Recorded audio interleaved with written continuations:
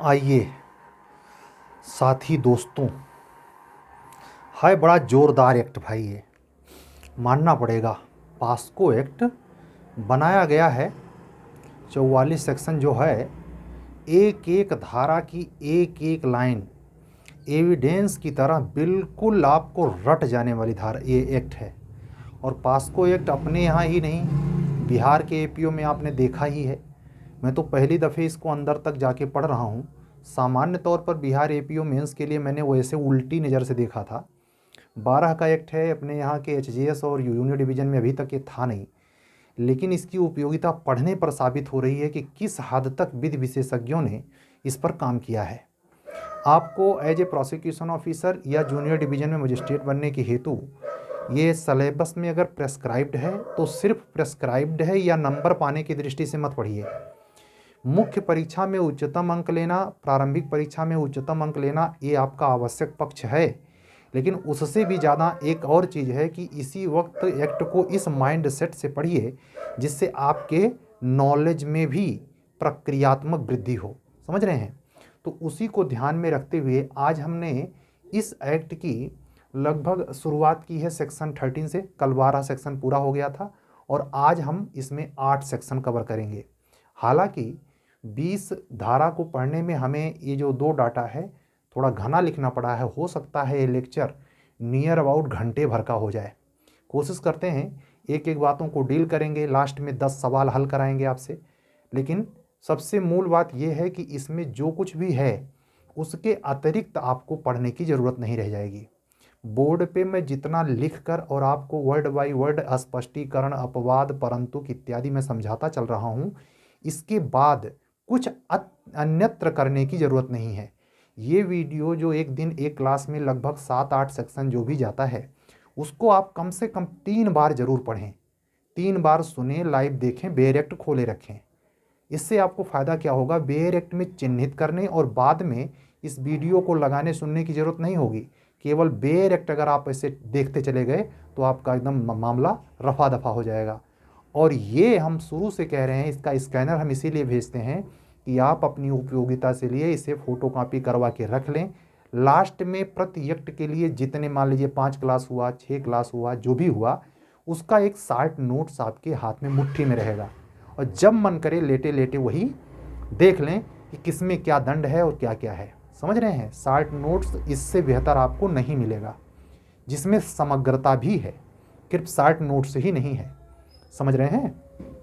तो आइए बगैर देरी किए शुरू करते हैं। आज अध्याय 3 है जो धारा 13 से 15 तक है। यानी इस अध्याय में जो अध्याय संख्या 3 है, 13, 14, 15 कुल 3 धाराएं हैं। ये अध्याय किस चीज़ की बात करता है? ये बात करता है अश्लील प्रयोजन के लिए। तो एक चीज़ जैसे ही बेयर एक्ट में पढ़िए, एक चीज़ हमेशा ध्यान रखिए, मेंशन कर लिया कीजिए, किस पर वो चैप्टर फोकस है। देखिए, अश्लील प्रयोजनों के लिए, यानी इतनी बात अगर आपके दिमाग में रहेगी, किसके लिए है? चैप्टर 3, ध्यान से देखिए, अश्लील प्रयोजनों के लिए बालक का उपयोग। यानी ये पूरा चैप्टर अश्लीलता के प्रयोजन के लिए बालक के मिसयूज से संबंधित है। इसका फायदा क्या होता है इस तरीके से चैप्टर को फोकस करके पढ़ने से? जब आपसे मुख्य परीक्षा में सवाल पूछा जाएगा तो दिमाग का फितूर अन्य चैप्टर में नहीं ढूंढेगा उत्तर। जब आप जोर दे के दसियों दफ़े पढ़े रहेंगे तो आपका दिमाग कहाँ केंद्रित हो जाएगा पूरे एक्ट में? केवल चैप्टर नंबर 3 में। और आपको ये भी पता होगा कि चैप्टर नंबर 3 केवल 3 सेक्शन का है जो 13, 14, 15 की बात करता है।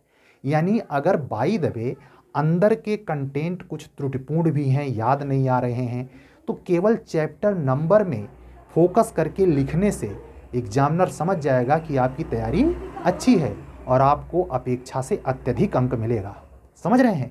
इसलिए मैं कोई भी एक्ट आप देख रहे हैं पढ़ा रहा हूँ, मैं एक चीज़ स्पष्ट कहना चाहूँगा कि जो चैप्टर के भाग होते हैं, जैसे कल वाले में आपने देखा कि ABCD करके भाग था चैप्टर 2, तो उसको आप इतना कन्फर्मली, CRPC हो कोई भी एक्ट हो, उस चैप्टर के भाग को भी ध्यान में रखें और ये भी रखें कौन से भाग में कितने तक की बात कही गई है। पढ़ने का ये सबसे क्लियर और मार्फत तरीका होता है। ऐसा नहीं कि वो केवल दिया गया है शीर्षक, नहीं भाई, वो आवश्यक हिस्सा है। मैं कह रहा हूं एक भी कॉमा वेयर एक्ट में फालतू का नहीं है, चाहे हिंदी वर्जन पढ़ें चाहे अंग्रेजी वर्जन पढ़ें, इससे फर्क नहीं पड़ता। तो अब आपको समझ में आ गया कि ये चैप्टर अश्लील प्रयोजन के लिए बालकों का उपयोग और जो ऐसा करेगा उसके पनिशमेंट की भी बात करता है। यानी चैप्टर नंबर 3 दोनों की बात करता है। क्या? एक तो अश्लील प्रयोजन के लिए बालक का मिसयूज, यहाँ उपयोग शब्द है उसका अर्थ यही है, और उसके लिए दंड। तो सबसे पहले हम सेक्शन 13 देखते हैं। सेक्शन 13 में एक एक वर्ड जहाँ मैं बोलूँगा उस पर ध्यान इस पर्पज से रखना, क्योंकि ये सेक्शन 13 या मैं कह सकता हूँ चैप्टर 3 जो है ये मुख्य परीक्षा के लिए इम्पोर्टेंट है। मैं यहाँ लिख दे रहा हूँ मुख्य परीक्षा के लिए। आप बेयर एक्ट में इसी वक्त निशान लगाइए कि सर ने इसको बताया कि चैप्टर नंबर 3 पूरा मुख्य परीक्षा के लिए बेहद इम्पोर्टेंट है। सवाल आपसे मुख्य परीक्षा में बनेगा कि बच्चों का अश्लील प्रयोजन के लिए उपयोग का क्या प्रावधान है, ऐसा करने वालों को किस प्रकार दंडित किया जा सकता है या कितने दंड से दंडित किया जा सकता है। तो आपको मुख्य परीक्षा में केवल इन्हीं 3 सेक्शन की बात लिखनी और चैप्टर 3 की बात लिखनी, ये संभावना प्रबल है, क्योंकि एक ऐसे सॉलिड मुद्दे पर यह चैप्टर है जिसके पूछे जाने की प्रोबेबिलिटी अत्यधिक है। तो अब आइए देखते हैं कैसे। पहली बात ध्यान रखना, सेक्शन 13 की शुरुआत में कहता है अश्लील प्रयोजन के लिए, फिर मैं यहां कामा लगा रहा हूं, ध्यान से देखना, अश्लील प्रयोजन के लिए, और नहीं बहुत प्रयोजन होता है लेकिन प्रयोजन यहां फिक्स है। क्या? अश्लील। अश्लील प्रयोजन के लिए बालक का उपयोग, बालक आप समझ ही रहे हैं, अंडर 18, अंडर 16, अंडर 12, अलग अलग मुद्दों में, लेकिन क्लियर कट अंडर 18।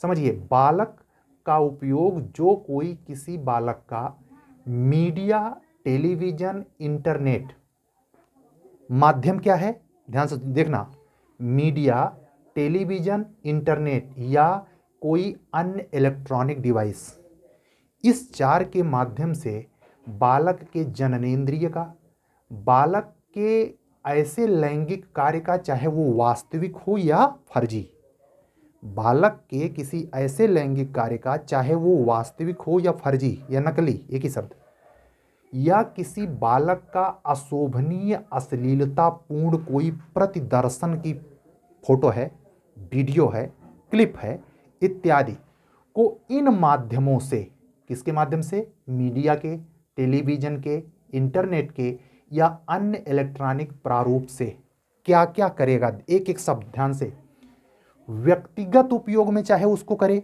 तब भी, चाहे वितरण हेतु बेचने के लिए, चाहे वो वितरण हेतु हो या नहीं, इससे भी फर्क नहीं पड़ता, केवल अगर वो पर्सनल उपयोग के लिए भी करे तो भी करता है तो ये माना जाएगा कि वह व्यक्ति बालक का उपयोग अश्लील प्रयोजन के लिए कर रहा है और वह एक अपने आप में अपराध है।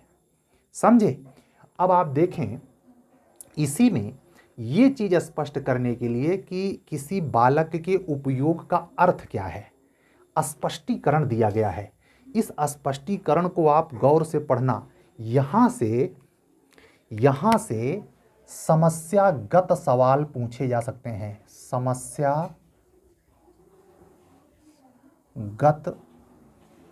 सवाल आप अपने बेयर एक्ट में स्पष्टीकरण में नोट करिए, आप अपने बेयर एक्ट में स्पष्टीकरण में नोट करिए, समस्यागत सवाल यहां से पूछ सकते हैं। अभी बताता हूं कैसे, ध्यान से देखिएगा। स्पष्ट कर रहा स्पष्टीकरण किस बात का, कि किसी बालक का उपयोग, किसी बालक का उपयोग का क्या अर्थ है, ध्यान से देखिए। किसी बालक को अंतर्वलित करने से, यानी किसी ऐसे अश्लील सामग्री की तैयारी के लिए, ध्यान से तो एक एक शब्द छूटे ना, उत्पादन के लिए यानी कोई अश्लील सामग्री बनाई जाए, प्रस्थापन के लिए मतलब उसको प्रस्ताव के तौर पर कि आमंत्रण दिया जाए कि हमारे यहाँ ये नग्न तस्वीर मिलती है बच्चों की, ऐसा कोई प्रस्थापन के लिए, या पारेषण के लिए, पारेषण मतलब भेजने के अनुक्रम में, यानी भेजने के लिए कि आपको कितना चाहिए। एक केस मिला नहीं था जो बच्चों के साथ यही कर रहा था, एक डॉक्टर था। और प्रकाशन के लिए, यानी किसी जो ये संस्थाएं हैं जो किसी पुस्तक का संस्करण प्रकाशित करती हैं या उसका संपादकीय या जो भी कुछ, मतलब वो उनका काम ही है उस संस्था का कि वो प्रकाशित करती हैं। तो अगर उनसे कांटेक्ट करके कोई ऐसी अश्लील सामग्री जो बच्चों से जुड़ी है, उसके संदर्भ में कुछ भी उनको सुकर बनाने, दो शब्द है ध्यान से देखना, सुकर बनाने या वितरण के लिए, मतलब बांटने के लिए उसका प्रिंटिंग करता है, उसका इलेक्ट्रॉनिक ढंग से उसको टाइप करता है, उसका कंप्यूटर टाइप करता है, या किसी अन्य तकनीक से ऐसा अश्लील सामग्री को प्रिंटेड करता है। फिर से सुनिए, सुकर या वितरण के लिए चाहे वो टाइप करे, चाहे इलेक्ट्रॉनिक डिवाइस से टाइप करे, चाहे कंप्यूटर से, चाहे किसी अन्य तकनीक से, उस पूरे अश्लील सामग्री को पारेषित करने के क्रम में, भेजने के अनुक्रम में अगर ऐसा वो कुछ करता है तो जिस सामग्री के कंटेंट में मूल क्या है, कोई बालक है, यानी सारी अश्लील सामग्री केंद्रित कहाँ है, बालक पर है, तो फिर ये पूरा कृत्य माना जाएगा कि उस अश्लील सामग्री हेतु बालक का उपयोग किया गया है। वही हमने कहा ना कि बालक का उपयोग बालक के इस अपराध जनित यानी अश्लील कृत्य में मिसयूज से है, तो उसी को यहाँ स्पष्ट करना पड़ा, नहीं तो इसका उल्टा अर्थ वकील लोग लगा लें क्रॉस एग्जामिन में। समझे, यह स्पष्टीकरण आपको क्लियर कर दे रहा है कि बालक के उपयोग का अर्थ सेक्शन नंबर 13 में पास्को एक्ट के अंतर्गत क्या है। अब आप पूछेंगे कि सर इसमें प्रॉब्लम ऐसे आएगी, कोई प्रॉब्लम ऐसा बनाए जिसमें ये मुद्रण, इलेक्ट्रॉनिक, कंप्यूटर या अन्य तकनीक, या इसमें से तैयारी के माध्यम से, उत्पादन के माध्यम से, प्रास्थापन के माध्यम से, पारेषण के माध्यम से, प्रकाशन के माध्यम से अगर कोई प्रॉब्लम क्रिएट करे कि कोई व्यक्ति ऐसा करता है, जैसे मान लीजिए A-B के पुस्तकालय केंद्र में कुछ ऐसी अश्लील सामग्री बरामद करता है जिसमें उस पर कुछ एड्रेस चिन्हित हैं, जिसमें पता चलता है कि वह फला संस्था द्वारा भेजी गई हैं।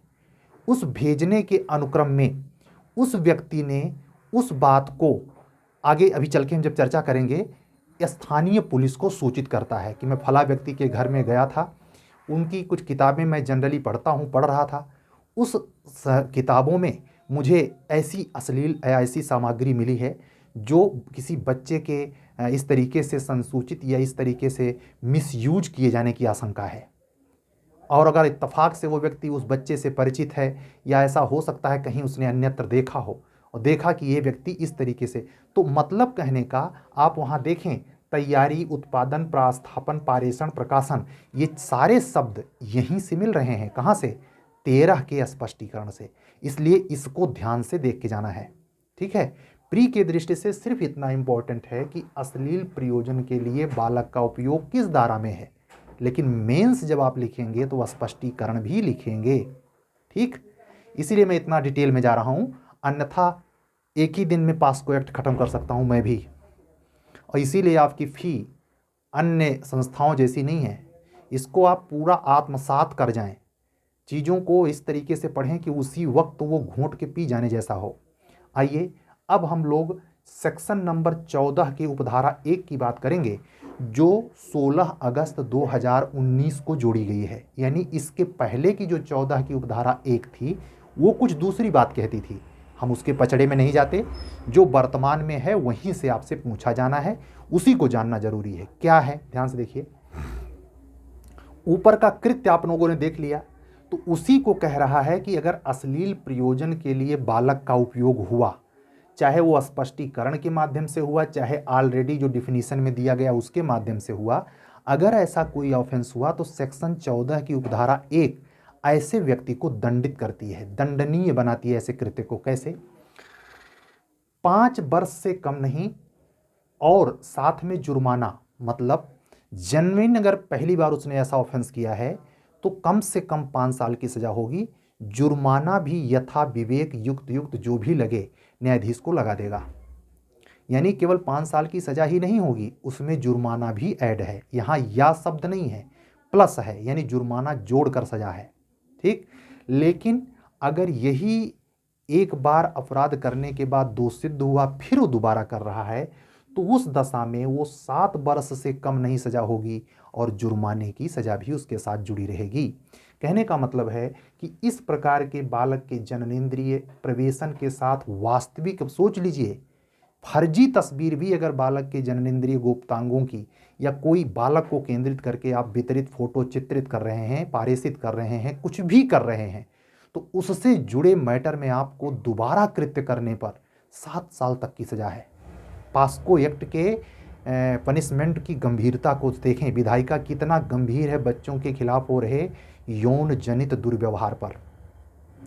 पिछले 2 क्लास में हमने आपको बताया, खास करके सेक्शन 5 पढ़ाते वक्त मैंने दिखाया आपको कि किस प्रकार 21 प्रकार ढूंढ रखा है विधायिका ने कि इतने प्रकार से बच्चे असुरक्षित हैं। वो तो हम तो कहते हैं लिमिटेड है, उसकी भी सीमा क्रॉस है सोसाइटी, इतनी गंदी है। आगे देखिए, इसी की उपधारा 2 और स्पष्ट करते हुए कहती है कि उपधारा 1 के अधीन अश्लील कृत्यों में प्रत्यक्ष रूप से भाग लेकर, मतलब जो आपने अभी उपधारा 1 में पढ़ा, क्या इसके 14 की उपधारा 1 में, उपधारा 1 के अधीन अगर कोई अश्लील कृत्य कर रहा है और उसमें प्रत्यक्ष भाग ले रहा है, तो पीछे की जो धारा 3 पढ़ी, जो धारा 5 पढ़ी, उसके अंतर्गत जो धारा 7 पढ़ी, जो धारा 9 पढ़ी, में विनिर्दिष्टतः किसी अपराध में वो ऑलरेडी दंडित हुआ है। समझी ना, 3, 5, 7, 9 में जो पीछे पढ़ा चुके उसमें वो दंडित हुआ है, लेकिन वो साथ साथ इस अश्लील प्रयोग में भी वो जिम्मेवार है, उसमें आता है, तो उस सजा के अतिरिक्त ये भी सजा भोगेगा। ये लाइन साधारण नहीं है कि विधायिका ने लिखा है, हम प्रवचन जैसे सुना रहे हैं आप सुन रहे नहीं। आप जरा सोचिए, जो इसमें फंसेगा उसका हालत क्या होगी।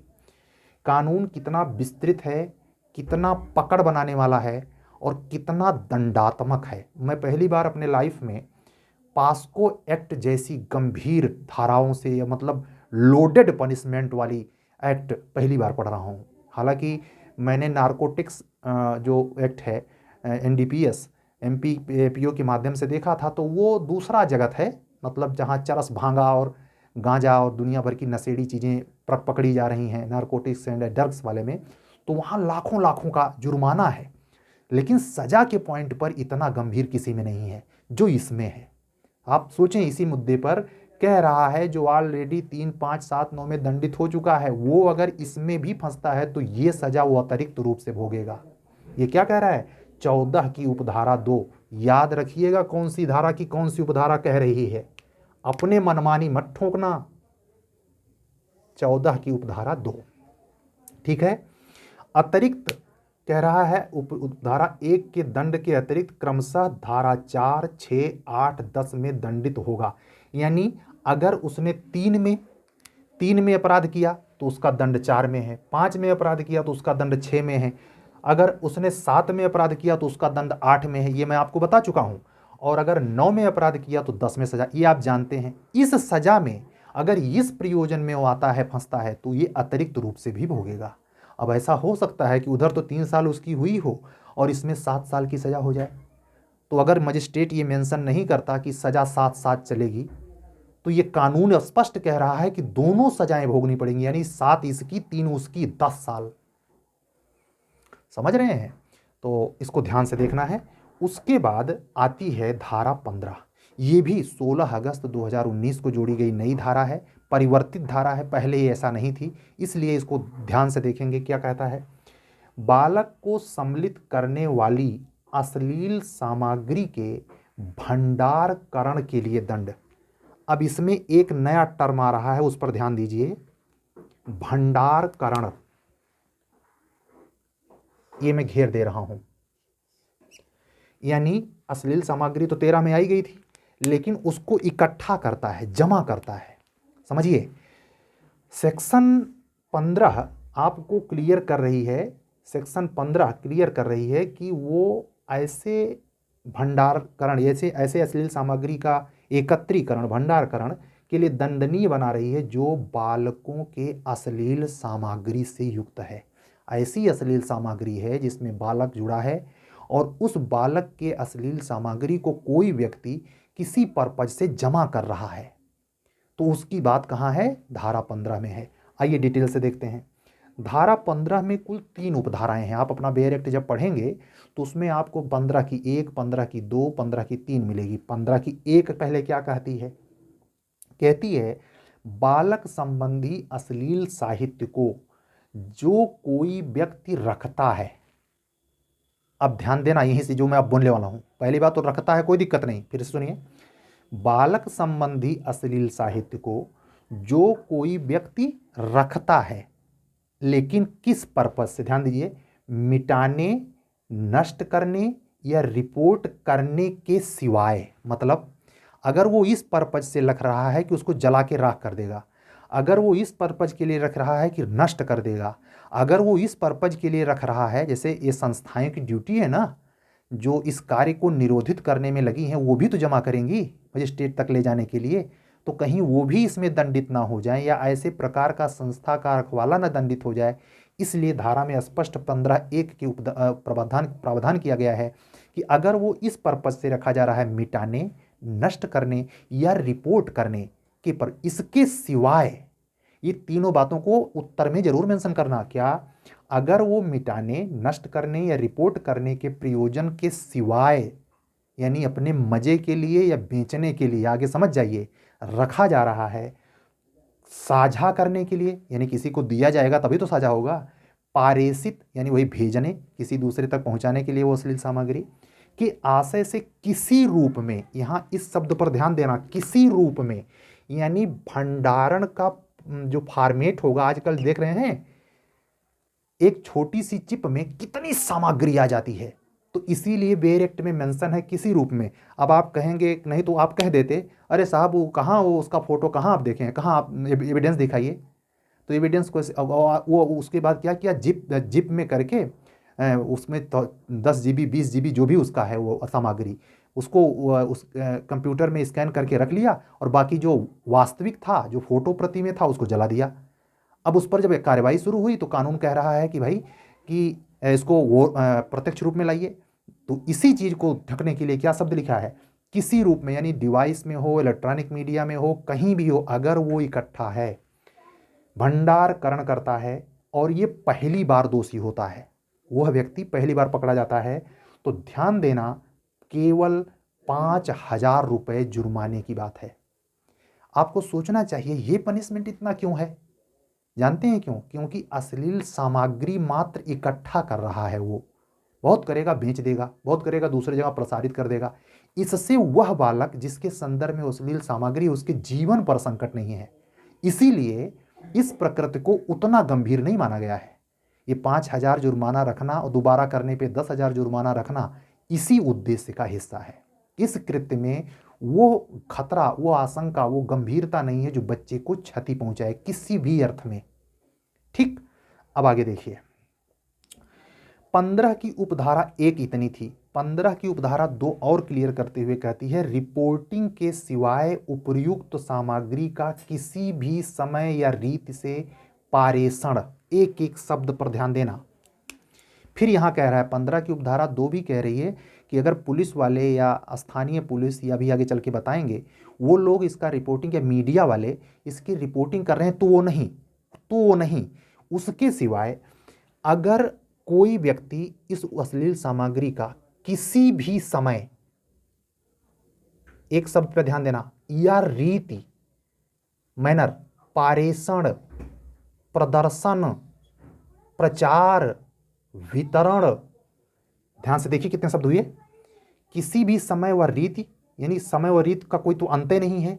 पारेषण, प्रदर्शन, प्रचार, 3 शब्द है, पारेषण, प्रदर्शन व प्रचार। अगर ये तीनों में से कोई भी प्रोसेस अपना रहा है, न्यायालय में साक्ष्य के रूप में उपयोग करता है, ये सबसे अंडरलाइन करने वाली बात है, अपने बेयर एक्ट में अंडरलाइन करिए, न्यायालय के साक्ष्य के रूप में इसका अगर वो उपयोग करता है, यानी कानून ऐसे कंटेंट को एज एविडेंस, सिवाय संस्था को, यानी जो रिपोर्टिंग कर रहे हैं उनको छोड़कर, अगर जनरल आदमी इसका यूज एविडेंस के तौर पे करना चाहेगा तो वो दंडित होगा, और इसी 15(2) में वो पनिशेबल हो जाएगा। कितनी मतलब इफेक्टिव सेक्शन है, 15(2) पे ध्यान दीजिए। और इसमें सज़ा देखिए, आप ज़रा सज़ा देखिए। इस तरीके से अगर वो प्रदर्शन करेगा, कहीं दिखाएगा, प्रचार पाने के लिए उसको वितरित करेगा या पारेषित करेगा, भेजेगा, जो चीज़ जमा करने पर केवल 5,000 10,000 रुपये जुर्माने में दंडनीय है, वही प्रकाशित या दूसरे तक भेज देने पर क्या हो गया, देखिए ध्यान से। 15 की 2 ही बता रही है, 3 साल तक की सजा होगी गुरु। 3 साल तक की सजा या जुर्माना या दोनों। इसका मतलब समझें, या का, या तो न्यायाधीश उसको 3 साल की सजा दे देगा या तो केवल जुर्माना दे देगा। जैसे मान लीजिए 1,00,000 जुर्माने मार दिया तो सजा से बच गए। ये चांस यहाँ डिस्क्रिशनरी पावर न्यायाधीश का होता है, या शब्द जो लिख उठा होता है। 5 साल की सजा या जुर्माना या दोनों, यानी उसमें कुछ सजा भी कुछ जुर्माना भी। अब ये सारा डिस्क्रिशनरी पावर न्यायाधीश का है, ठीक है, लेकिन ओवर रूल नहीं करेगा ये जितना दिया है। अब आइए 15 की उपधारा 3 और इस सेक्शन की आखिरी उपधारा पढ़ते हैं। क्या कहता है? कोई भी व्यक्ति किसी बालक को सम्मिलित करने वाली अश्लील सामग्री का किसी रूप में, एक शब्द जो मैं अब बोलने जा रहा हूं बेरेक्ट में घोंच दीजिए, वाणिज्यिक प्रयोग हेतु, वाणिज्यिक प्रयोग हेतु,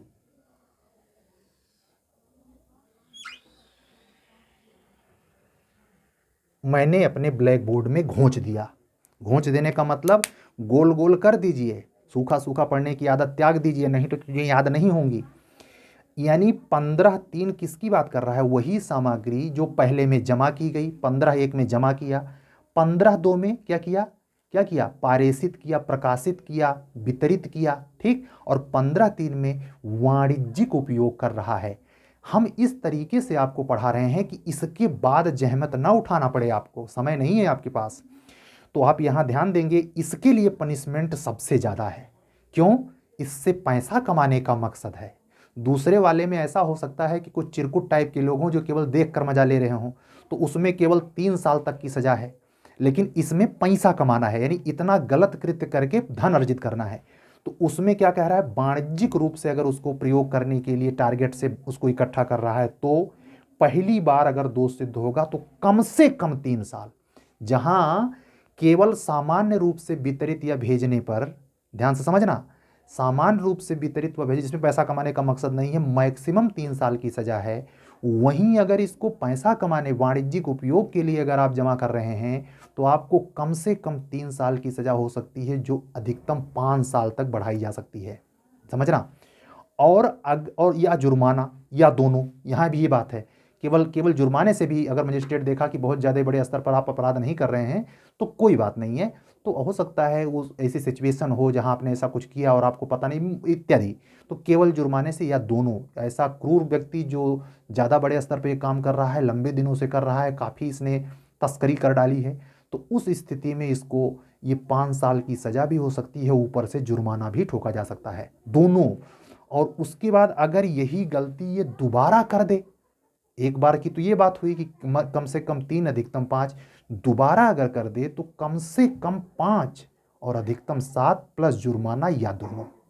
तो यहाँ ये जो हम इतना देर से आपको दंड के ऊपर फोकस कर रहे हैं, जिससे याद कर लें, यहाँ से सवाल पक्का प्री में आएगा। आप लिख लीजिए सेक्शन नंबर 15 प्री के लिए मोस्ट इंपॉर्टेंट। लिखिए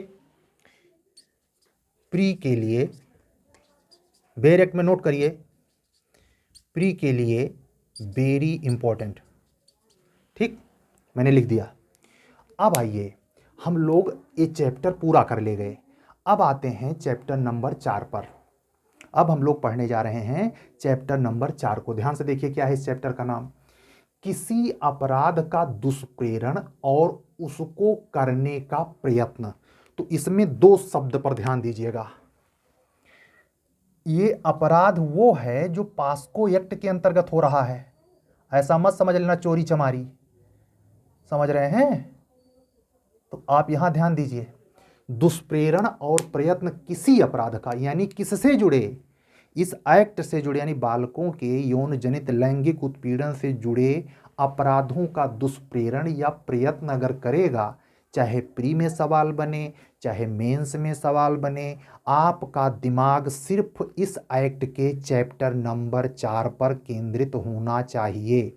आपको ये भी मालूम होना चाहिए कि ये जो चैप्टर नंबर 4 है, ये केवल 17, 18 और 19 की बात करता है। सॉरी, 16, 17, 18, यानी इसमें भी 3 सेक्शन है।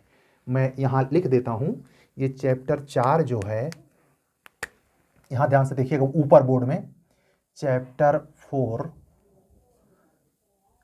सेक्शन 16 से लेकर सेक्शन 19 तक है। ध्यान से इसको दिमाग में बैठा लेना, ये आपके बड़े काम आएगा। समझ रहे हैं? ये आपके बड़े काम आने वाला है मेंस की दृष्टि से। समझना यहाँ ध्यान से। आप जब आईपीसी में दुष्प्रेरण षड्यंत्र या दुष्प्रेरण वाला चैप्टर पढ़ते हैं, तो जो चीज़ वहाँ से आपने अनुभव अर्जित किया है पढ़कर, प्रॉब्लम अभी आप लोगों ने एपीओ मेंस में सॉल्व किया है, दुष्प्रेरण से सवाल भी आया था, तो उस सवाल को पढ़ते वक्त आपने जो प्रोसेस आईपीसी में उकसाने के लिए, षड्यंत्र करने के लिए, सहायता करने के लिए समझा है, उसको माइंड में रखते हुए ये पढ़ना है और चीज़ों को समझना है। ध्यान से देखिए क्या है कि यह अगर इस एक्ट से जुड़ा कोई किसी अपराध का दुष्प्रेरण या उसको करने का प्रयत्न करता है, तो उसके लिए पूरा प्रावधान सेक्शन 16, सेक्शन 17 और सेक्शन 18 में है। ये किस चैप्टर का हिस्सा है? चैप्टर नंबर 4 का। ठीक, आइए शुरू करते हैं। पहले सेक्शन 16। सेक्शन 16 कहता है किसी अपराध का केवल दुष्प्रेरण हो रहा है। समझना, क्योंकि दुष्प्रेरण और प्रयत्न में अंतर है, ये मैं अभी अब स्पष्ट करूंगा। यक्कम घसीटना नहीं है, क्योंकि चैप्टर में तो दोनों एक साथ मेंशन है, लेकिन ये सेक्शन 16 किसकी बात करें? केवल अबेटमेंट की। किसके? इस एक्ट से जुड़े हुए बालकों के लैंगिक जनित उत्पीड़ित संबंधी अपराधों के अबेटमेंट की। तो क्या है इसमें? उस अपराध दुष्प्रेरण किस प्रकार से हो सकता है आईपीसी से आप जानते हैं, तो मैंने यहां लिखा है उकसाने के माध्यम से, षड्यंत्र के माध्यम से या सहायता के माध्यम से। ये आप आईपीसी में पढ़े हैं, यहां अतिरिक्त रूप से समझाने की जरूरत नहीं है। इस तरीके से अगर कोई अपराध हो रहा है, अपराध करने के लिए कोई व्यक्ति जानबूझकर अगर उकसाता है, षड्यंत्र के द्वारा सहायता पहुंचाता है दुष्प्रेरण में, या सहायता के द्वारा दुष्प्रेरण करता है, तो माना जाएगा कि वो उस अपराध का दुष्प्रेरक है। समझे? लेकिन इसमें 2 शब्द जो आए हैं, जो ऑलरेडी आईपीसी में भी समझाए गए हैं, यहां भी समझाया है, लेकिन इसको समझना जरूरी है। अभी बताता हूं क्यों। उकसाना समझिए, मतलब इसमें जो उकसाना शब्द आया उसका क्या मतलब है, सहायता शब्द आया है उसका क्या मतलब है, और कार्य करने में सहायता, ये तीनों अलग अलग अर्थ रखते हैं। इसके लिए 3 स्पष्टीकरण जोड़े गए हैं इस सेक्शन में। तो ये जो सवाल है, अगर दुष्प्रेरण से जुड़ी कोई प्रॉब्लम आ गई, तो आप इसमें लिखिए, सेक्शन 16 में लिखिए समस्यागत सवाल, समस्यागत सवाल प्लस मुख्य परीक्षा। मतलब कहने का ये हुआ कि इससे यानी सेक्शन 16 से आपको प्रॉब्लम बेस्ड सवाल पूछ सकते हैं, या केवल जनरली समस्यागत या मुख्य परीक्षा में सवाल आ सकता है। तो जैसे 13 इंपॉर्टेंट था मेंस के लिए, वैसे 16 भी इंपॉर्टेंट है कि बच्चों के लैंगिक उत्पीड़न से संबंधित दुष्प्रेरण संबंधी अपराध के बारे में विवरण दीजिए। तो आपको यही चैप्टर 4 का 3 सेक्शन 16, 17, 18, 19, सॉरी 4 सेक्शन, मैं कंफ्यूज हो नहीं, हाँ 18 ही है, यहाँ मेरे से गलत लिखा गया है आपने, ये 18 नहीं है, 19 नहीं 18 है, 18, ठीक, 16 से 18, तो यही 16, 17, 18 ही आपको लिखना होगा। अब आइए हम पहले ये जानते हैं कि इस एक्ट में बालकों से जुड़े हुए अपराध में उकसाना का क्या मतलब है। उकसाना का मतलब है कोई व्यक्ति जो जानबूझकर, इस शब्द पर ध्यान दें, जानबूझकर दुर्व्यपदेशन द्वारा, 18 इंडियन कॉन्ट्रैक्ट एक्ट, दुर्व्यपदेशन द्वारा या तात्विक तथ्य जिसे वह प्रकट करने हेतु आबद्ध है, यानी वो ऐसी बात कह रहा है या कर रहा है जिसको वो प्रकट करने के लिए ऑलरेडी लीगल लायबिलिटी है कि उसको कहना चाहिए, करना चाहिए, लेकिन वो वैसा ना करके क्या कर रहा है, ध्यान देना, जानबूझकर छिपाता है। अगर इससे जुड़ी प्रॉब्लम आए तो आपको इसमें यह देखना है प्रॉब्लम को डील करते समय कि उस प्रॉब्लम में क्या वो जानबूझकर छिपा रहा है, यानी जानबूझकर आना चाहिए, और स्वेच्छया किसी अपराध का किया जाना, ये जो कार्य वो करे वो स्वेच्छया करे, यानी स्वेच्छया पे आप जोर डालेंगे और जानबूझकर छिपाने पर जोर डालेंगे, तब वो फंसेगा उकसाने में और उकसाने के द्वारा दुष्प्रेरण करने में। ठीक, आप समझ गए होंगे उकसाना का अर्थ समझना कितना जरूरी था। अब आइए सहायता समझ लेते हैं। जो कोई किसी कार्य के किए जाने से पूर्व या किए जाने के समय, यानी यहां भी अगर प्रॉब्लम बनी तो दो चीज पर ध्यान देना। ऐसा हो सकता है कि काम अभी हुआ नहीं तो वो हो जाएगा किए जाने से पूर्व, और अगर किया गया तो एग्जैक्ट उसी टाइम पर किए जाने के समय, ध्यान दीजिए, उस कार्य को किए जाने के लिए सुकर बनाने के लिए, यहां घेरिए, सुकर बनाने के लिए यानी आसान बनाने के लिए, कि वो जो गलत आशय चीजें जानबूझकर की जा रही हैं वो काम आसानी से हो जाए, गलत वाला कोई कार्य करता है तो माना जाएगा कि वह हेल्प कर रहा है, क्या, बच्चों के लैंगिक उत्पीड़न संबंधी कार्य को अंजाम देने के लिए सहायता द्वारा दुष्प्रेरण कर रहा है। ला इतना आसान थोड़े है, पीएचडी ना है हिंदी में जयशंकर प्रसाद पर, नसिया ढील कर देता है, ये आतड़ी सुलगा देता है, सांसें रोक देता है, और जज साहब को भी ठप चक्का-चौंध कर देता है जब कायदे का वकील बहस कर देता है। कैसे कर देता है, यही बेयर एक्टवा ठीक से पढ़े होता है बस, समझे। आइए स्पष्टीकरण 3 देख लेते हैं। कार्य करने में सहायता का क्या अर्थ है, ये सारी बातें दुष्प्रेरण के संदर्भ में ही चल रही हैं। सेक्शन 16 के ये जो भी डील कर रहे हैं उसके स्पष्टीकरण पर इसलिए जोर डाल रहे हैं कि इन्हीं तीनों स्पष्टीकरण में से ये प्रॉब्लम बनाएंगे और आपको फंसाएंगे। अगर आप स्पष्टीकरण ध्यान से पढ़ते हैं तो बनाते रहे प्रॉब्लम, आप डील कर लेंगे 16 के अनुसार। ठीक है, तो आप ध्यान दीजिएगा स्पष्टीकरण 3 में कि कार्य करने में सहायता का अर्थ क्या है।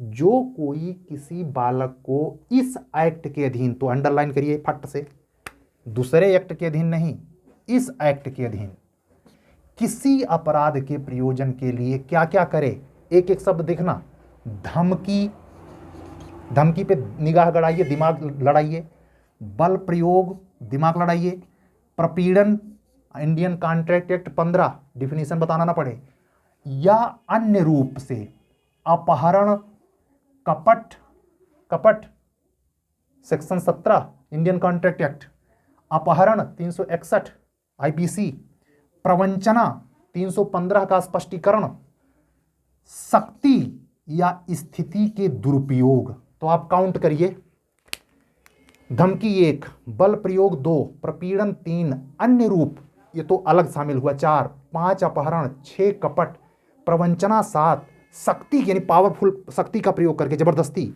और स्थिति के दुरुपयोग, यानी आपने देखा 8 प्रकार से हेल्प हो सकती है, और 8 में से कोई प्रकार से अगर प्रॉब्लम आपको बना दिया और आपने इसमें से केवल वैसे लपेट कर पढ़ा है तो आप उत्तर दे पाएंगे?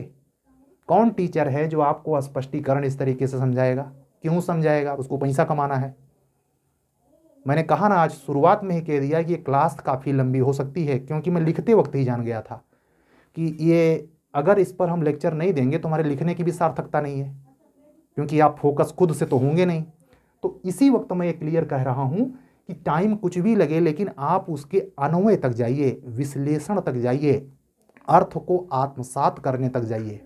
ठीक है, किसी व्यक्ति की सहमति प्राप्त करने के फायदों के माध्यम से नियोजित करता है।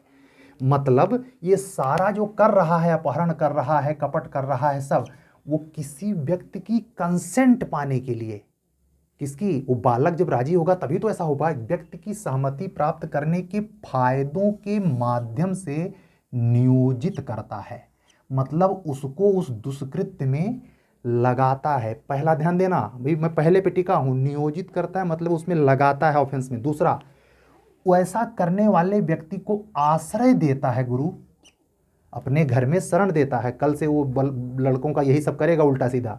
दूसरा, आश्रय देता है या उसे प्राप्त करता है या परिवाहित करता है।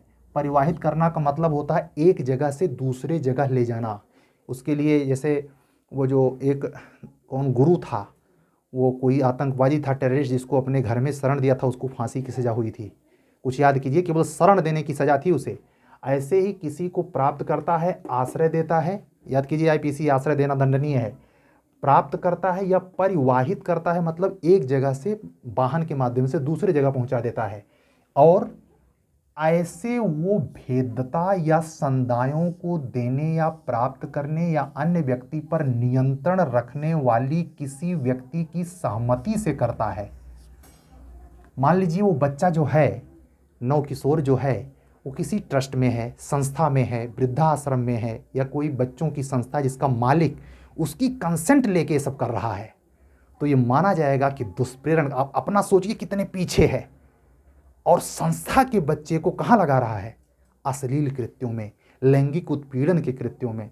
तो वो जो संस्था के मालिक हैं गुरु, वो और ये जो दुष्प्रेरण कर रहा है, सहायता के दुष्प्रेरण में दोनों फंसेंगे कि नहीं फंसेंगे?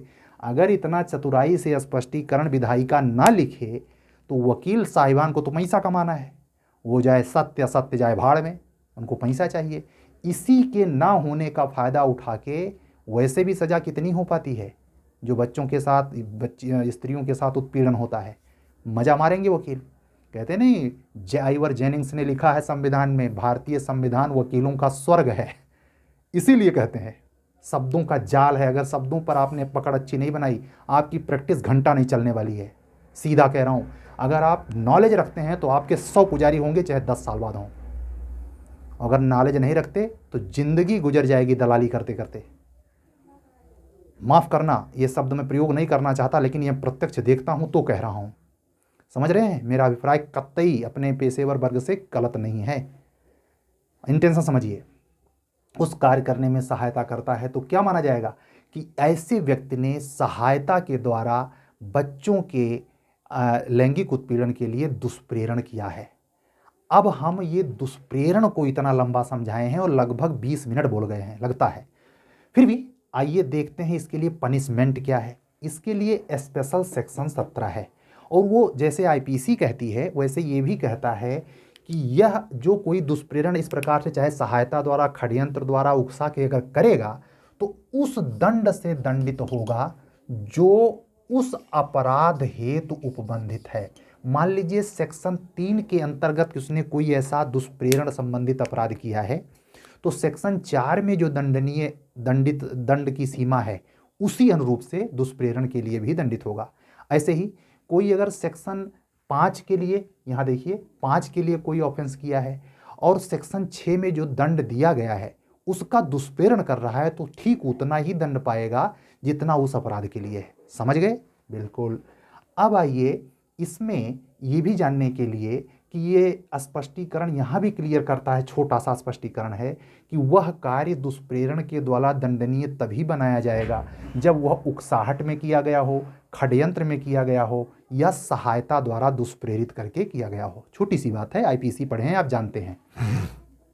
अब आइए, अब दुष्प्रेरण से हटे और यहाँ जो प्रयत्न शब्द है उसके लिए एकदम बैठा लीजिए। जैसे आप ध्यान दीजिए, आईपीसी में 307 हत्या का प्रयत्न है, और आप जब वहाँ पढ़ते हैं लास्ट में, लास्ट की धारा याद कीजिए 500 के ऊपर, जो आपराधिक प्रयत्न को बताती है, समझ रहे हैं? तो वैसे ही स्पेशल सेक्शन पूरे एक्ट का सेक्शन 18 याद रखिएगा। यहाँ से प्री में सवाल पूछ सकते हैं आपसे, ये प्री के लिए इंपॉर्टेंट है। प्री के लिए इंपॉर्टेंट है। क्या कह रहा है? किसी अपराध को कारित करने के प्रयत्न हेतु दंड, प्रयत्न हेतु दंड। अब समझिए बात को। जैसे क्या करना है कि मतलब इस एक्ट में जितने भी अपराध हो रहे हैं उसको ना दुष्प्रेरित कर रहा है ना स्वयं से कर रहा है, उसके लिए केवल प्रयत्न, यानी अभी अंजाम बाकी है। प्रयत्न का मतलब यही तो होता है, उसको दंडित बनाया गया है सेक्शन 18 में। उसके लिए बस इतना जानिए, प्रयत्न आप समझ लीजिएगा, आईपीसी से समझ गए हैं तो आप उसमें केवल ये देखिए कि ये कितने दंड का प्रावधान पास्को एक्ट करता है। सेक्शन 18 कहती है कि आजीवन कारावास से दंडनीय अपराध अगर वो कर रहा है, प्रयत्न केवल कर नहीं रहा है, केवल 18 में प्रयत्न कर रहा है, तो इस आजीवन कारावास के आधे, तो इसका आप हमसे सवाल कर सकते हैं सर आजीवन कारावास का आधा कैसे होता है। तो आईपीसी सीआरपीसी ध्यान से देखना, सेक्शन 30 सेक्शन जो जुर्माने वाला है, या जिसमें एक सेक्शन मुझे इस समय से सही से क्लियर नहीं हो रहा है, जिसमें ये कहता है कि अगर आजीवन कारावास को, आईपीसी कहती है, आईपीसी का वह सेक्शन कहता है कि अगर आजीवन कारावास को दंडात्मक भिन्नों के रूप में उपयोग किया जाना है, फिर से सुनिए, अगर आजीवन कारावास का उपयोग दंडात्मक भिन्नों के रूप में उपयोग किया जाना है तो आजीवन कारावास की अवधि 20 वर्ष मानी जाएगी। समझे? वैसे वो मत समझ जाना किसी में 18 वर्ष, किसी में लघुकरण कर दिया जाता तो छोड़ दिया जाता 14 साल बाद, वो सब नहीं। जहां कोई गणना की बात आएगी वहां आजीवन कारावास को एक सांकेतिक रूप से 20 साल का माना जाता है। आईपीसी में स्पष्ट प्रोविजन है, तो वही यहां लागू होगा। यानी अगर बालकों से जुड़ा कोई ऐसा कृत्य करता है जो लाइफ इम्प्रिजमेंट के दंड के प्रात है, लेकिन उसका ये प्रयत्न केवल कर रहा है, तो इसको 10 साल की सजा होगी। समझे? समझ गए? और अगर ये आधे से, और अगर कोई जेन्युइन अन्य अपराध से, एक तो आजीवन कारावास का आधा, और अगर जेन्युइन किसी अन्य अपराध से, जिसमें आपने पीछे क्रम से देखा, किसी में 7 साल, किसी में 5 साल, किसी में कुछ, किसी में कुछ, तो उसमें अगर वो प्रयत्न करता है, प्रयत्न बार बार कह रहा हूं, प्रयत्न करता है, तो उस दंड का आधा, यानी 5 साल है तो 2.5 साल, 3 साल है तो 1.5 साल, इस प्रकार से आधे दंड। तो फोकस ये होना है, जैसे आईपीसी भी आधे दंड की बात करती है, लेकिन किसी किसी मामले में चौथाई की भी बात करती है, तो वहां नहीं, यहां सिर्फ इतना ही फोकस किया गया है कि आजीवन कारावास हो तो भी आधा, अन्य किसी अपराध से दंडनीय धारा हो तो उसका भी आधे से वो प्रयत्न में दंडनीय होगा। ठीक है, अब आइए हम लोग पढ़ते हैं चैप्टर नंबर 5। ये आज के क्लास का आखिरी चैप्टर है, लेकिन इसकी सारी धाराएं मैं ख़त्म नहीं कर पाऊंगा क्योंकि ये 19 से 23 तक है। ठीक है, तो आज हम केवल बात करेंगे केवल 2 सेक्शन पर, सेक्शन 19 और सेक्शन 20 पर। आइए थोड़ा जल्दी से देख लेते हैं, लेकिन बहुत बड़ी क्लास हो जाएगी। अपराधों की रिपोर्ट करना, तो जैसे आप देखते हैं सीआरपीसी 154 है, किसी क्रिमिनल मैटर में 154 क्या है, रिपोर्ट करने की पावर है, उसमें एफआईआर दर्ज कराने की बात कही गई है। वैसे आप 154 का माइंड सेट लेते हुए सेक्शन 19 समझिए क्या है। ये बच्चों से यौन जनित लैंगिक उत्पीड़न संबंधी मामलों को कैसे रिपोर्ट किया जा सकता है, कौन कर सकता है, 19 बताती है। 19 में कुल 6 उपधाराएं हैं, खूब ध्यान से समझना, नहीं सॉरी, 19 में कुल 7 उपधाराएं हैं। इसलिए एक, जैसे एफआईआर बहुत इंपॉर्टेंट है सीआरपीसी में, वैसे पास्को एक्ट का सेक्शन 19 मुख्य परीक्षा की दृष्टि से अत्यंत महत्वपूर्ण है। तो आप नोट करेंगे, मुख्य परीक्षा के लिए इंपॉर्टेंट, मुख्य परीक्षा के लिए इंपॉर्टेंट, ध्यान दीजिए। 19 की 7 उपधाराओं में से पहली उपधारा कहती है सीआरपीसी में कोई प्रोविजन हो, इसीलिए मैंने सीआरपीसी पहले याद दिला दी। 154 कुछ भी कहे, 55 कुछ भी कहे, 56 कुछ भी कहे, पूरा प्रक्रियात्मक विधि इन्वेस्टिगेशन 58 57 कुछ भी कहे, कुछ नहीं फर्क पड़ता 161 62 से। यहाँ क्या है, सीआरपीसी में किसी बात के होते हुए भी कोई व्यक्ति जिसके अंतर्गत बालक भी है, यानी एफआईआर करने वाला व्यक्ति चाहे वयस्क हो चाहे अवयस्क हो, चाहे जो कोई हो, बुढ़ा बुजुर्ग कोई भी हो सकता है, जिसे ये आशंका है। अब देखिए 438 इंटरसेपेटरी बेल की बात करता है सीआरपीसी, आशंका पर ही आपको रेमेडी उपलब्ध कराता है, अग्रिम जमानत याद कीजिए। वैसा कुछ प्रावधान यहाँ है, अपराध हुआ नहीं है, या ऐसे कहें 151 में सीआरपीसी में जब पुलिस अरेस्ट करती है तो उसको क्या है, संगीन अपराध होने की आशंका में अरेस्ट कर लेती है। 151 की गिरफ्तारी आप जानते हैं ना, वैसे ही ये गिरफ्तारी सेक्शन 19 की है कि अगर किसी व्यक्ति को ऐसी आशंका है कि फला एरिया, फला जगह, फला व्यक्ति में ऐसा व्यक्ति है जो बच्चों के विरुद्ध ऐसा कर सकता है, आशंका है, या इस एक्ट के अधीन कोई अपराध किए जाने की संभावना है, आशंका संभावना लगभग समरूप है, ये जानकारी रखता है कि फला व्यक्ति ऐसा कुछ कर रहा है, कि बच्चों के खिलाफ लगता है कुछ ऐसा करने वाला, ठीक, कि अपराध हो चुका है, एक वो कंडीशन की आशंका संभावना और एक हो भी चुका है, दोनों स्थितियों में, तो वह इस जानकारी को, कौन, कोई व्यक्ति जिसके अंतर्गत बच्चा भी है, यानी बालक भी जाकर के अगर शिकायत करे तो वो कहाँ करेगा, ध्यान से देखना, ये बात हो रही है 19(1) के क की। 19(1) का जो क है वो 3 भागों में विभाजित है, क ख करके, और वो क में क्या कहता है, विशेष किशोर पुलिस यूनिट को, यानी बच्चों के लिए जो स्पेशल पुलिस काम कर रही है उसको जाके शिकायत कर सकता है, या स्थानीय पुलिस। तो आप यहाँ रट जाइए, ये रिपोर्टिंग 2 जगह हो रही है, पहला विशेष किशोर पुलिस यूनिट को और दूसरा स्थानीय पुलिस को। फिर आगे ध्यान दीजिए, एक प्रविष्ट संख्या के, हाँ, जब ऐसी रिपोर्ट यहाँ दोनों में से कहीं भी हो जाए, कोई जरूरी नहीं है कि ये दोनों जगह नहीं, दोनों में से कहीं, चाहे वो विशेष किशोर पुलिस यूनिट को शिकायत कर दी जाए या जो स्थानीय पुलिस जिन्होंने अपना थाना होता है वहाँ शिकायत कर दी जाए, तो वह पुलिस की जिम्मेवारी की बात कही जा रही है एक का में 19(2) में। या ध्यान देना, पुलिस की जिम्मेवारी, किस पुलिस की, जो किशोर पुलिस यूनिट वाली है, स्थानीय पुलिस, दोनों प्रकार की पुलिस की जिम्मेवारी होगी क्या करे, एक प्रविष्टि संख्या के साथ उस रिपोर्ट को लिखे, प्रविष्टि संख्या भी दर्ज करें, किस नंबर पे आप इस बालक के शिकायत को आप दर्ज कर रहे हैं, बालक के लैंगिक उत्पीड़न संबंधी रिपोर्ट को, और दूसरे पर सूचना देने वाले को पढ़कर सुनाएंगे। पुलिस की ड्यूटी है ये सब तीनों, और पुलिस यूनिट द्वारा रखी जाने वाली पुलिस डायरी में उसको प्रविष्ट करेंगे। तो ये तीनों बात आपसे मेंस में अवश्य पूछी जाएगी कि पुलिस की क्या ड्यूटी है, तो आप क्या लिखेंगे, 19 की उपधारा 2, 19 की उपधारा 1 सूचनाकर्ता सूचनादाता के फंक्शन को बताती है, 19 की उपधारा 2 रिपोर्ट पाने के बाद पुलिस की ड्यूटी बताती है, ठीक। अब 19 की उपधारा 3 क्या कहती है कि वो जो लिखेंगे वो फारसी, तेलुगु, कन्नड़ में नहीं लिखेंगे, या ऐसा नहीं लिखेंगे कि उसको पढ़े ना जा सके, एसपी साहब जान ही नहीं पाए और मामला दबा दिया जाए। इसीलिए 19(3) स्पेशल कहता है कि 1 या 2 में जो भाषा प्रयोग होगी बेहद सरल होगी, ऐसा लिखा जाएगा जिससे वो बालक समझ सके।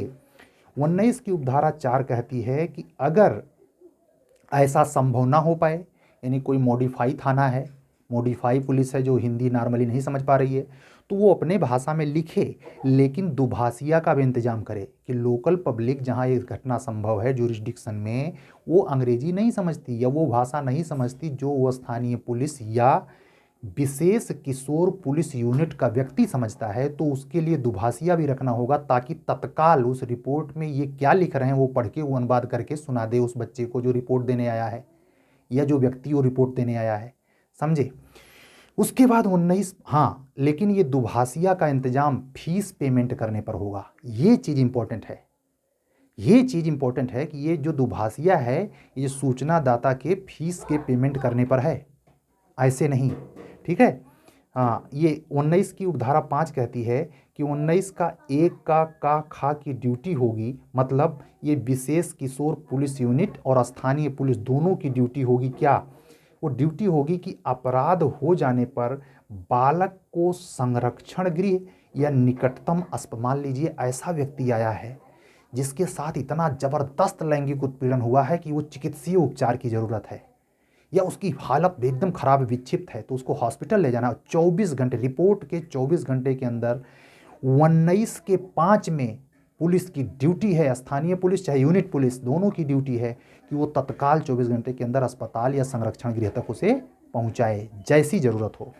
19 की 6 कहती है कि 24 घंटे के भीतर बालक को कल्याण समिति या विशेष न्यायालय, यहाँ 2 शब्द आता है, या तो कल्याण समिति के सामने पुलिस लेके भागेगी या तो स्पेशल कोर्ट। अब वहाँ ये देखने वाली बात है कि जिस एरिया की पुलिस ने ऐसा रिपोर्ट प्राप्त किया है और वो कार्रवाई में वहाँ क्या कल्याण समिति है या स्पेशल कोर्ट बना दी गई है, उस पर डिपेंड करेगा। आखिरी उपधारा कहती है, हाँ एक बात और सबसे महत्वपूर्ण, अगर स्पेशल कोर्ट नहीं है, कल्याण समिति नहीं है, तो वो सीधे सीधे सेशन कोर्ट में ले जाएगी। इससे एक बात सिद्ध होती है कि पास्को एक्ट जो है हम लोगों के एडीजे यानी एचजेएस वाले सिलेबस में भी शामिल किया जा सकता है। आप सारे एक्ट में देखिए कि उसकी पावर स्पेशल कोड, चाहे भ्रष्टाचार वाला एक्ट जो बिहार में था, इसी में जो अनुसूचित जाति अनुसूचित जनजाति अधिनियम है उसमें स्पेशल कोर्ट है। तो जो स्पेशल कोर्ट को पावर है वो उसके समानांतर अगर विश्वास विधायिका करती है तो किस पे कर रही है? अपर जिला जज कोर्ट पर। इसलिए इसकी प्रबल संभावना है कि ये सिलेबस आने वाले दिनों में एचजेएस में भी शामिल हो तो कोई अलग बात नहीं है, क्योंकि ज़रूरत वहाँ भी है और वहाँ भी अगर ये शामिल हुआ तो प्री में भी हो सकता है। देखते हैं, आने वाली है वैकेंसी। आइए आखिरी उपधारा देखते हैं। 19 जो 7 उपधाराओं में है उसकी आखिरी उपधारा कहती है कि उपधारा 1 हेतु सद्भावना पूर्वक सूचना देने वाले व्यक्ति पर किसी भी प्रकार की सिविल या दांडिक कार्यवाही नहीं की जाएगी। बहुत सही बात कहा जा रहा है भाई। कोई व्यक्ति उसमें कुछ ज़्यादा जानता नहीं, उसको हल्की फुल्की आशंका है और सूचना देने गया, बाद में जिसको आरोपी बनाया गया वो निर्दोष सिद्ध हुआ तो वो शिकायत कर दे कि हमारे खिलाफ झूठी शिकायत करने गए थे, हैं, तो वो बेचारा वो आशंका संभावना में गया था और उसके ऊपर बेवजह केस चल जाए। तो इसीलिए उसको, ऐसे व्यक्ति को 19 की आखिरी उपधारा 7 प्रोटेक्ट करती है कि उस पर ना तो कोई सिविल कार्रवाई हो सकेगी और क्रिमिनल का तो सवाल ही नहीं उठता। ठीक है, अब आइए आज के क्लास की आखिरी धारा और सेक्शन 20। सेक्शन 20 है मामले की रिपोर्ट करने के लिए मीडिया स्टूडियो फोटो चित्रण सुविधाओं की बाध्यता। यानी जो वीडियोग्राफी करने वाले कैमरे होते हैं, इलेक्ट्रॉनिक मीडिया के पास जो हैवी कैमरे होते हैं या जो ऑलरेडी मीडिया रिपोर्ट करती है, इनकी भी जिम्मेवारी 20 में, सेक्शन 20 में तय की गई है कि इनको भी पता लगे तो इसका बाकायदे रिपोर्ट करके ये इन संस्थाओं को, कहाँ, विशेष किशोर पुलिस यूनिट को या स्थानीय पुलिस को संसूचित करें। वही बात मैंने लिखी है। कहाँ ऐसा हो सकता है, ये मीडिया वाले कहाँ ऐसा पकड़ सकते हैं, ध्यान देना। कह रहा है चित्रण सुविधाओं की बाध्यता, मीडिया स्टूडियो, होटल, लॉज, अस्पताल, क्लब का कोई कार्मिक बालकों के लैंगिक शोषण संबंधी सामग्री को, चाहे वो अश्लील साहित्य हो, चाहे लिंग संबंधी बालकों का अश्लील प्रदर्शन उसमें शामिल हो, विशेष किशोर पुलिस यूनिट व स्थानीय पुलिस को ऐसी जानकारी उपलब्ध कराएगा।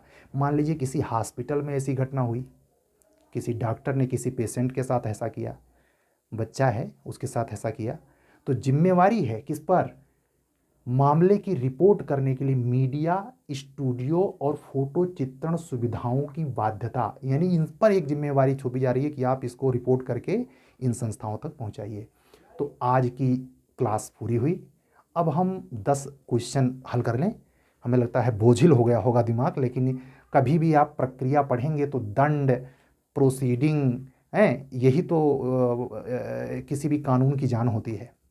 तो आज कसरत ज़्यादा करनी पड़ी है मुझे भी, लेकिन मैं जानता हूँ कि जो एक्ट मैं पढ़ रहा हूँ ये कितना ज़्यादा ज़रूरी है अगर क्रिमिनल लॉयर या क्रिमिनल जस्टिस करना है। समझ रहे हैं, पैसा इसी में है, पढ़िए ध्यान से। आइए, प्रारंभिक परीक्षा हेतु संभावित प्रश्नोत्तरी। पहला सवाल, पास्को एक्ट बालकों की अश्लील प्रयोजन हेतु उपयोग पर कितने दंड का प्रावधान करता है? अगर किसी बालक को अश्लील प्रयोजन के लिए उपयोग में लाया जाता है तो ऐसा व्यक्ति जो एक कार्य कर रहा है कितने दंड का भागीदार होगा? यहाँ देखिए, अश्लील प्रयोजन के लिए जो कुछ वो करेगा तो उसका दंड सेक्शन 14(1) में है क्या? 5 वर्ष से कम नहीं, और अगर दोबारा करे तो 7 वर्ष से कम नहीं। तो ये आखिरी जो उत्तर है मैंने पूरा लिखा है, 5 वर्ष से कम नहीं, दोबारा पर 7 वर्ष से कम नहीं, प्लस जुर्माना। देख लीजिएगा ध्यान से। और ये है 14 की उपधारा 1, 14 की उपधारा 1। ठीक, पहला सवाल हो गया।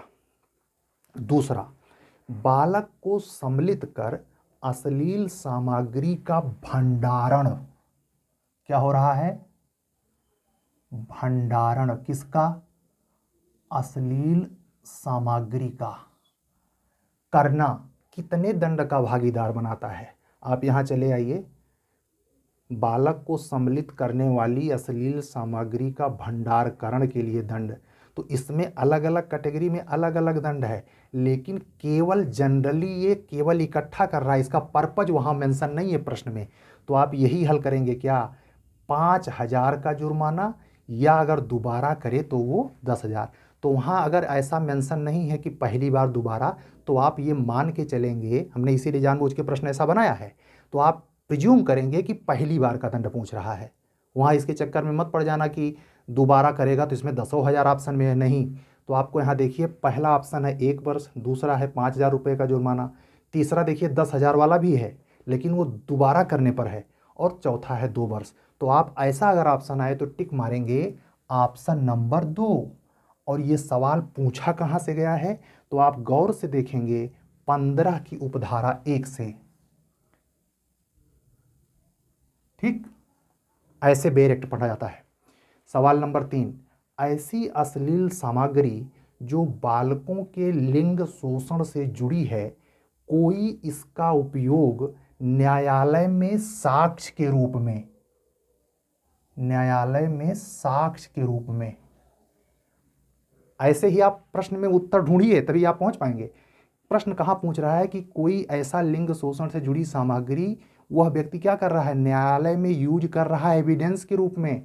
तो आप यहाँ आ जाइए 15(2) में, अगर न्यायालय में साक्ष्य के रूप में उपयोग करेगा तो वो 3 वर्ष की सजा होगी और जुर्माना, यानी ये ऑप्शन नंबर 4।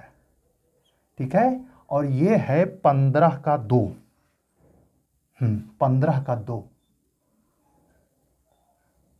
ठीक, अगला सवाल, यदि कोई बालकों के लैंगिक शोषण से जुड़ी अश्लील सामग्री का भंडारण वाणिज्यिक व्यापार हेतु 15(3), आपने, मैंने समझा सबसे ज़्यादा सजा इसी में है, कम से कम 3 साल मैक्सिमम 5 साल, यानी ऑप्शन नंबर 1। ये सवाल है 15 के 3 से। ठीक, 5वां सवाल, बालकों के लैंगिक उत्पीड़न के प्रयत्न या दुष्प्रेरण, ध्यान दीजिए, प्रयत्न व दुष्प्रेरण से संबंधित अध्याय ले लो, अध्याय पूछ रहा है, देख रहे हैं अध्याय 4, ऑप्शन नंबर 1। छठा, लैंगिक उत्पीड़न का प्रयत्न बालकों के प्रति किस धारा में पास्को एक्ट के दंडनीय बनाया गया है, एक केवल प्रयत्न पूछ रहा है। मतलब आपको तुरंत दिमाग लड़ाना है कि सर ने हमको बताया था कि ये 16 जो है उसमें जो बात की गई है वो दुष्प्रेरण की बात की गई है, लेकिन जो बात किया जा रहा है 18 में, ध्यान से देखिए, किसी अपराध को कारित करने के प्रयत्न हेतु, यानी ये सवाल कहां से बना, सेक्शन 18 से। आ रहा है समझ में, ऐसे पढ़ेंगे। और उसके बाद 7वां सवाल, पास्को एक्ट में लैंगिक अपराधों के दुष्प्रेरण, अब ये अपराधों का दुष्प्रेरण पूछ रहा है, समझिए, अपराधों का दुष्प्रेरण कहाँ है, किसी अपराध का दुष्प्रेरण, और इसको दंडित क्या पूछ रहा है, क्या पूछ रहा है कि अपराधों का दुष्प्रेरण किस धारा में है। तो धारा में तो वो डिफाइन किया गया है 16 में, ये देखिए। ठीक है, और अगर पूछे दुष्प्रेरण का दंड तो आप तुरंत 17 में आइएगा, देख लीजिए ध्यान से, दिख रहा होगा। ठीक है, अगला सवाल 8वां, बालकों से जुड़े लैंगिक अपराध की रिपोर्ट कौन कर सकता है, रिपोर्ट कौन कर सकता है ये पूछ रहा है। देखिए, वयस्क, अवयस्क, मीडिया, उपयुक्त सभी, यानी ये सवाल वास्तव में मिक्स सेक्शन से पूछा गया है, 19-20 मिलाकर, सेक्शन 19 और 20 मिलाकर। ठीक, 9वां सवाल, बालकों से जुड़े लैंगिक अपराधों की सूचना पास्को एक्ट के अंतर्गत कहाँ की जा सकेगी, विशेष किशोर पुलिस यूनिट, स्थानीय पुलिस, उपयुक्त दोनों, या मजिस्ट्रेट को। तो दोनों को, यानी विशेष किशोर पुलिस यूनिट को और स्थानीय पुलिस दोनों को की जा सकती है। ये ऑप्शन नंबर 3 सही है। ये सवाल है 19(1) का से, सेक्शन 19(1) से है। ठीक। आज की क्लास का आखिरी सवाल, मीडिया बालकों से जुड़ी यौन जनित अपराधों की रिपोर्ट करने के लिए पास्को के किस धारा के अंतर्गत बाध्य है? आज के क्लास की आखिरी धारा 20, ऑप्शन नंबर 4। अभी तक तो हमने देखा नहीं कितने घंटे हुए, कितना टाइम गया, लेकिन हमें लगता है जब से हम क्लास ले रहे हैं पिछले 3 महीने से, आज की क्लास सबसे चौड़ा देने वाली क्लास है। तैयार दैया, ठीक है। अगर आपको लगे कि सर ने कुछ मेहनत किया तो धन्यवाद कह दीजिएगा, ठीक है। हमारी तो भैया और दमदारी से किया है। अब हम आपको कंटिन्यू करेंगे सेक्शन 21 से कल। तब तक के लिए विदा दीजिए। सत्यमेव जयते।